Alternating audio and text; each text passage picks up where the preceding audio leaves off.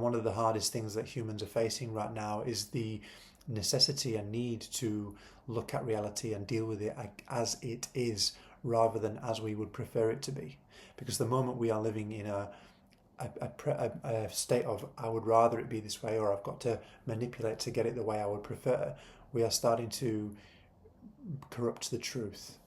The truth that is will always be, and we can't change it based on our preferences. So we have to find ways to come into alignment with it. And that means that it will be easier for us to be more congruent, be more honest, and then the world that we live in will reflect that. So I'm saying this because as much as we might worry about the advancements of technology, we are always given a choice on how to use it, individually and collectively. So as the individual uses AI, for example, they might be using it to do some research about the body, about health, about nature, which might give them wisdom, which might give them clarity on something. And who could blame them? Who could say that that's a negative thing?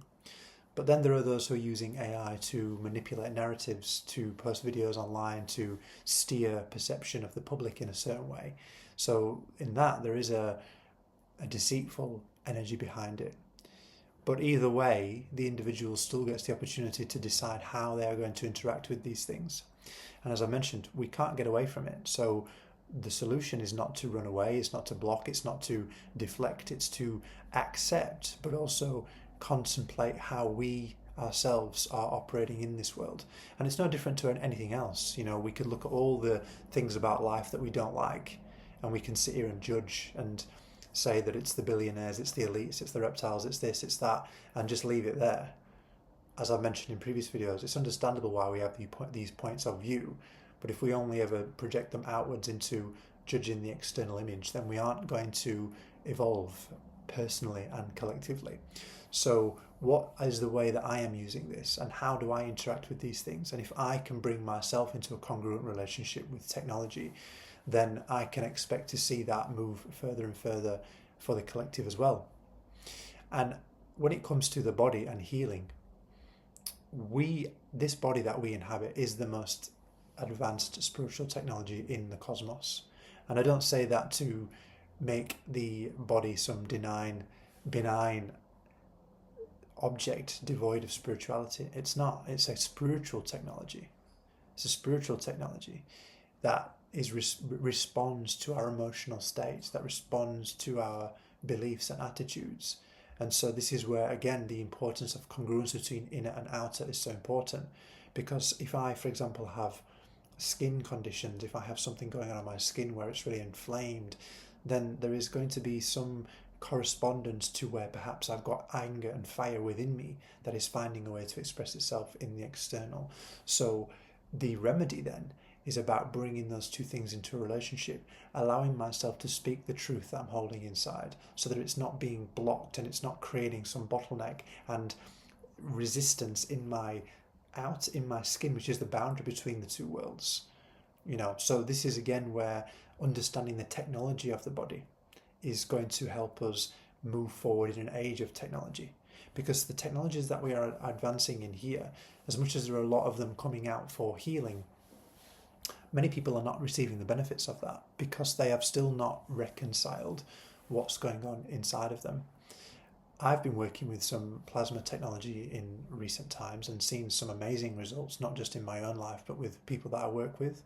I work with clients in a holistic way. We look at the mental body, the physical body, the emotional body, the spiritual body as a holistic template. And I use plasma as part of that.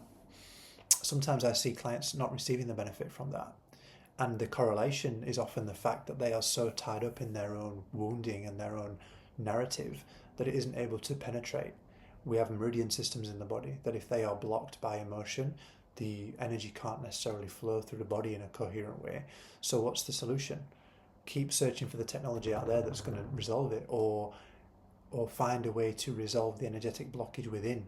Sometimes that requires revelation, sometimes that requires truth, sometimes that requires us to forgive and come into a better relationship with another person and our environment. So then we can use the physical technology and it's going to make a bigger difference. I hear people talking about things like medbeds and how there is this time when we're all going to be able to grow organs and limbs and just get in a bed and have everything regenerated. And I don't think that that is an impossible future. I do think that there is going to come a time when that's possible. We've seen these things expressed in certain movies, books, and TV shows. And there are conspiracies out there around some of these things as well. The Truther movement will be talking about medbeds and quantum healing and these things. I do think these things are on the table, but do I think that humanity is mature enough to have that available en masse right now? No, of course not. Why? Because we are not realised that a lot of our ailments, a lot of our dis-ease, a lot of our bodily issues come down to a deeper relationship with truth and ourselves and other people. And until we are ready to resolve those things, we are not necessarily going to be able to benefit from these technologies anyway, because the soul sometimes needs deeper witness. Sometimes it needs deeper revelation around our choices and how those play a role in cause and effect in our life. That's not punishment. It's just about learning. The soul is here to express and understand through experience, through choice, through cause and effect. And sometimes when an ailment shows up in the body, we need to go on a journey of understanding how we've got to that through our choices. Not all the time. We've definitely seen miracle healings take place. And I would say that if you looked back to Jesus, when he put his hands on people and healed them, there was a lot more faith in humanity then, a lot more belief in this idea of a Messiah and someone who was coming to liberate humanity. So those that were really, really sold on that belief, it was very easy for them to drop into a vibration of complete faith that when he put his hands on them, they were immediately healed. I don't think that we as a collective live in that state of faith anymore, certainly not on the most part. So is it that easy? No, because we've got a lot of clutter in the body that prevents that knowing, that prevents that healing and that revelation. So this is why some people who I work with don't get the benefits from the plasma, don't get the benefits from energy work, don't get the benefits from other therapies as well, because sometimes there needs to be some revelation, some truth to be told, or some forgiveness. And I think forgiveness and truth are two of the main medicines when it comes to energetic roots. Truth, because if we aren't living in truth, if we are hiding the truth, as I've said, it gets stagnant. It doesn't have anywhere to go. The vitality in the body starts to get blocked, and then eventually we're going to have some issue express itself in the physical. And forgiveness is the same. If we don't allow our life to move through the seasons and cycles of experience by having the experience, learning from the experience, transcending that experience, then again we are creating stagnation in the body, which creates blockage in the flow of energy, chi, prana, whatever word you want to use. The heart, if it cannot move through a journey of grief into release, then it's going to congest, and we might start to see dis-ease in this part of the body. So before the healing can take place, often we need to release that blockage of grief, of resentment, of hatred to another, and then the channel is clear. Then the efforts that we're making in the physical can start to work. So if we think that we're just going to have these medbeds coming on and everyone's going to get miraculously healed, what that's doing is bypassing the need for the individual to learn through the process of the power of choice. This is the fundamental teaching, or let's say schooling, of this reality, is what is the power of choice. Every word, every action, every thought, every emotion that I swim in has a response, has a effect in the collective and in my own body. And if I am not prepared to learn the power of that, then I'm not necessarily going to be able to just go bypass that by putting some technology in and seeing the difference. So I'm not here to judge the technologies at all. I use them. But we have to remember that the body is the most powerful spiritual technology in the cosmos. It's divine technology that has the power to heal at will. And there will come a time in the future when we have resolved a lot of this nonsense on the planet, where we will be able to heal much quicker. And we won't need these technologies. They are right now, they are bridging tools to get us to that place, to help us understand and remember the power of the body, the technology of the body, and that instantaneous healing can take place. Jesus was a demonstration of that. And as he said, everything I'm doing, you can also do. So, but why? But how?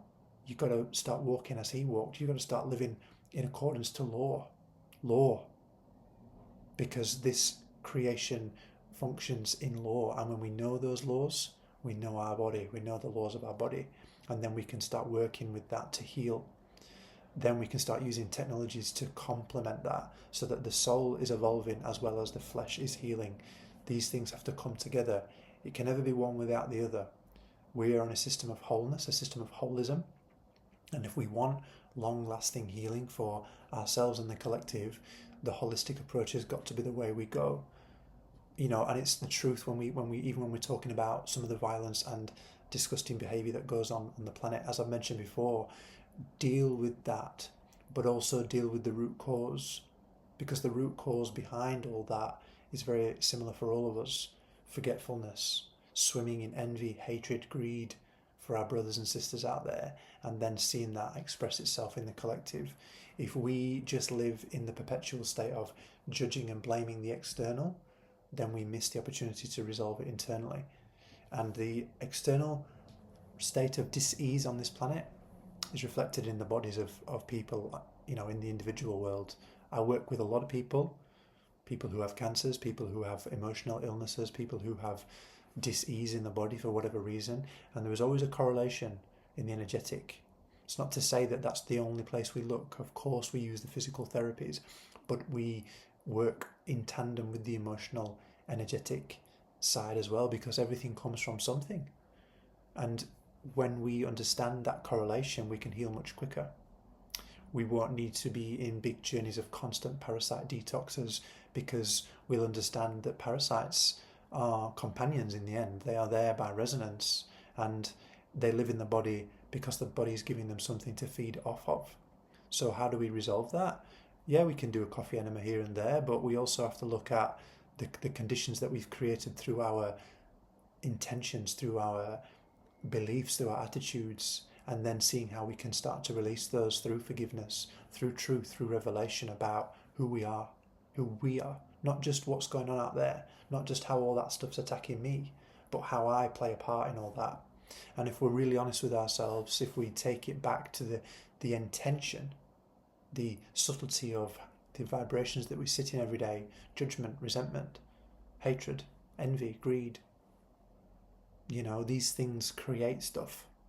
And that's what we're going to have to start learning about, this energetic reality that we're moving into, is that thought creates form, and energy and emotion is energy in motion.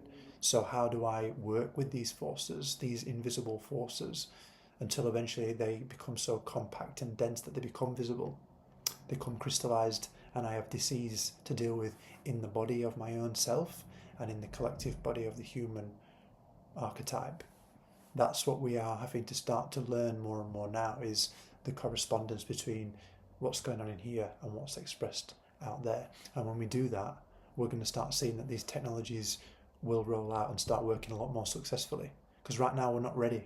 We're not mature enough for Medbeds. We're not mature enough to have instantaneous healing without doing the revelation side of it as well.